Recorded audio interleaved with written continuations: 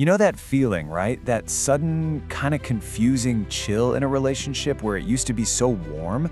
Like one minute everything feels great, and then the next, there's this distance, and you just can't figure out why? I mean, have you ever been there?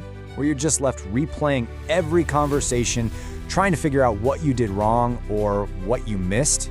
It feels so sudden, so personal, and honestly, it's just super confusing.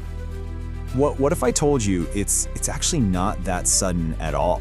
It's really more of a process. And today, we're gonna unpack the psychology behind that fade. We're gonna break down the subtle signals that lead up to it. So the big question is, how can you even tell when this is happening? Well, it turns out there are 5 key behavioral patterns. You can think of them like clues, really, that kind of reveal when someone's interest might be starting to fade away. All right, first up, this one's a classic, and it's all about how generous you are. What I mean is, you're overwhelmingly generous, you know? You're pouring out all your time, your energy, your affection.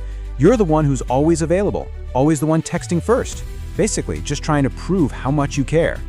But this can backfire in a pretty big way. And this really explains why. It taps into this super basic idea in human psychology. We value things we have to work for.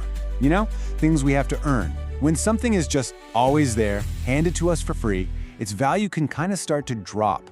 A little bit of space, a little bit of a challenge, that's what actually creates value. And, attraction.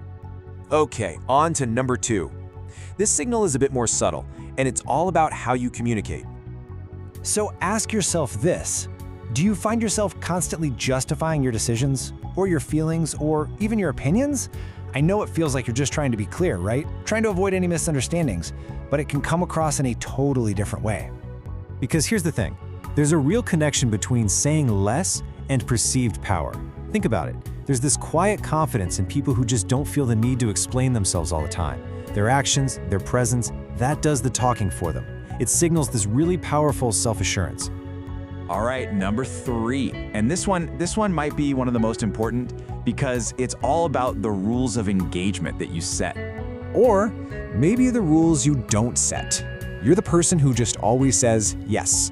Yes to those last-minute plans, yes to things that totally inconvenience you, yes to stuff you don't even really like. You're trying to be agreeable, I get it, but you're actually sending a completely different message. I mean, just look at this. It really says it all. When your yes is pretty much guaranteed, your no means nothing. It has no power. People just stop asking and start assuming they'll get what they want. But on the flip side, when you set clear boundaries, you're literally teaching people how to treat you. You're showing them that you value your own time and energy. And that is what commands respect. And that leads us right into our 4th signal. Let's call this one the performance trap. This is that thing where you feel like you constantly have to showcase your achievements, right? Your talents, who you know.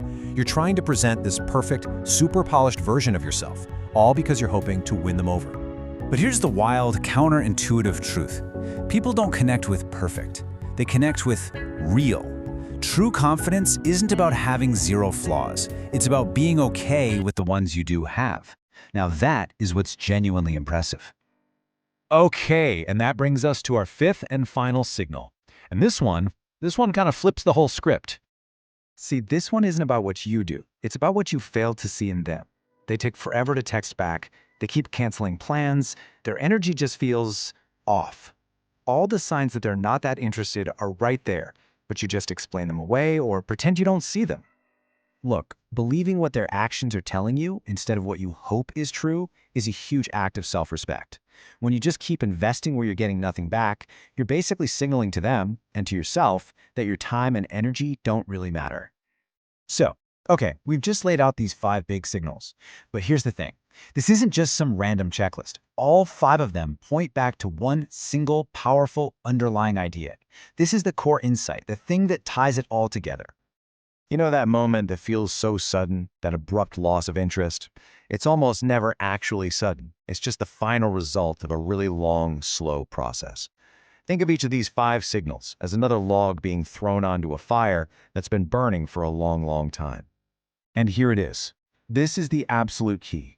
Every single signal we talked about, giving too much, over-explaining, having 0 boundaries, trying too hard to impress, ignoring the signs.